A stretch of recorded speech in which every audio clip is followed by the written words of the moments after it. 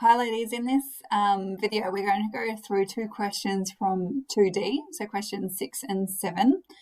They do require you to use a CAS calculator, so I have also developed a video on how to do histograms on your CAS calculator, but I'll show you again through this video. So let's get started so we can keep it short and sweet. So question 6, a student purchased 21 new textbooks from a school book supplier with the following price in dollars. First of all, who purchases 21 new textbooks? But anyway, use a CAS calculator to construct a histogram with column width 10 and starting point 10. Name the variable price. All right, so I'm just going to pause while I quickly open up my calculator. All right, while I was opening that, I thought it was quite funny that I tell you that I pause and then I come back. So yeah, so here's the software. I think it's for the other CAS calculator, but it's much the same. So what we need to do first is enter in our data. So any data that you're entering in, you put it into here, which is data. Oh, data and lists. I can't remember what the title is called. Anyway, the variable it wanted us to use was price, so the textbook price.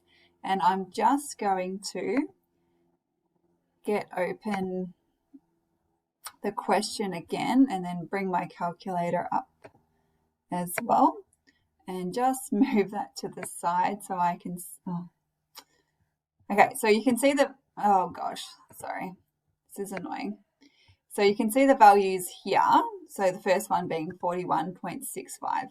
Now I'm going to enter all them in. I'm going to press pause again just so you don't have to sit there while I'm entering them in, but you just enter them all in there and then we're good to go. So I'm going to press pause, and maybe if you can pause it as well, and you can enter in your values. All right, once you've entered in the values, it's always a good idea to check over, first of all, that you've entered in the right number of values and that the values are correct. So when I finished, I had 20 values and the question said 21.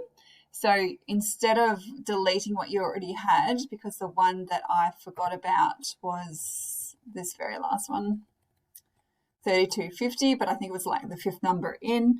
I'm too busy screaming at my son to be quiet that I may have got distracted. So you can add it at the end. It doesn't matter. You don't have to go and delete them and then put them back in the order that they're in the question.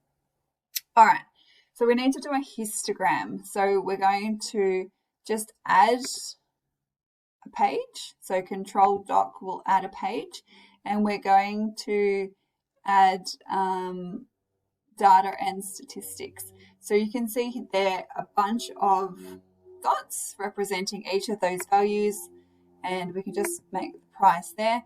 There it is as a dot plot, but we can change that from a dot plot into a histogram just by going to menu, plot type, histogram. Okay, and there's our histogram.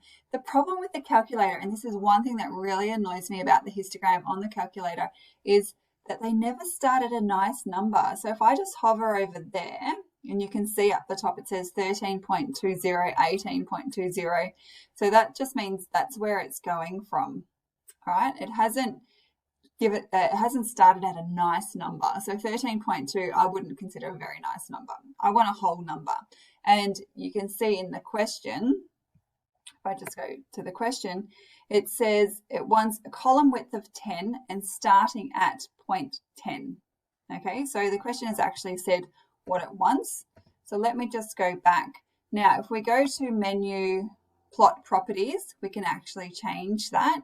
So histogram properties. Now we'll change the scale first of all. Actually, we'll go to bin settings. I don't think we need to change the scale. Okay, so we want equal bin width. The bin is just the column width, basically. So bin is the same as the column.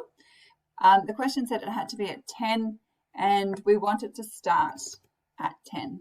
Okay, it just happens that they both be 10. That's what they said in the question. And, well, there it is, but unfortunately we can't see the top of it. It does say that it's 6. Okay, so say up the top it says 6 points. That means it's a frequency of 6. But let's say we want to see maybe whether what the shape is. So we can just go to menu, window zoom, and then if we go to zoom data, we can easily see it. Okay, so there's a nice histogram. starts at 10. We have intervals of 10. Beautiful. And if you want to describe the shape, remember how I did it in a previous video. If you're going down, like someone going down a slide, what direction are we sliding into? We're sliding into the positive direction. So this histogram here is actually positively skewed. Okay, question B. For this histogram, what is the range of the third interval? I might do all of them together. What is the frequency for the third interval, and what is the modal interval? So just before, my dog's just come up here. She's so cute.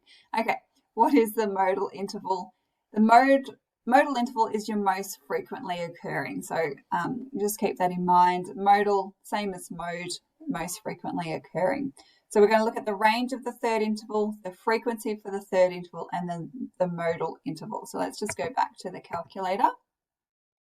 So our third interval is here. So it's between 30 and 40. I'm just thinking what the word is. The frequency is 4.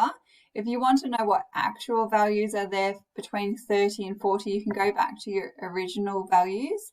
So our lowest value in that column, I'm just trying to see, 32.80, and then our highest is 38.50 by the looks of it. So your the range would be the difference between those two values. The frequency, as we saw, was 4. Okay, so if I just hover my little hand over it, you can see up the top it says 4 points. And then your modal interval, the most frequently occurring is this one here at 6, and that's between 10 and 20. Okay, let's move on to the next question. Scroll, scroll, scroll. Okay, so we've got the maximum temperatures for several capital cities around the world on a particular day. There they are. Use a CAS calculator. This time we've got a column width of 2 starting at 0, and we're naming the variable maximum temperature. So on your calculator, okay, we've already done that. Let's just start a new document. It's probably the easiest way. You don't need to save the old one. So we're going to add a list and spreadsheet. I can't even remember the variable name. What was it? Max temp. Okay. So we call that max temp, and then we put the values in there like we did before. So I'm going to pause it, you pause it too, put it into your calculator, and we're good to go. All right, so I've entered in my values. I've checked, well, kind of checked them. There they are. I can't believe there was a maximum temperature of 2. That's a bit weird. I don't think they're real values. Okay, so they go to, oops, not menu, sorry. Control Doc to add. Let's just get out of that. So Control Doc to add a page. We're adding data and statistics. So we want to add a variable max temp. There it is as a dot point. My dog is having a good scratch in the background. Oh, I just right-clicked on that and came up with histogram.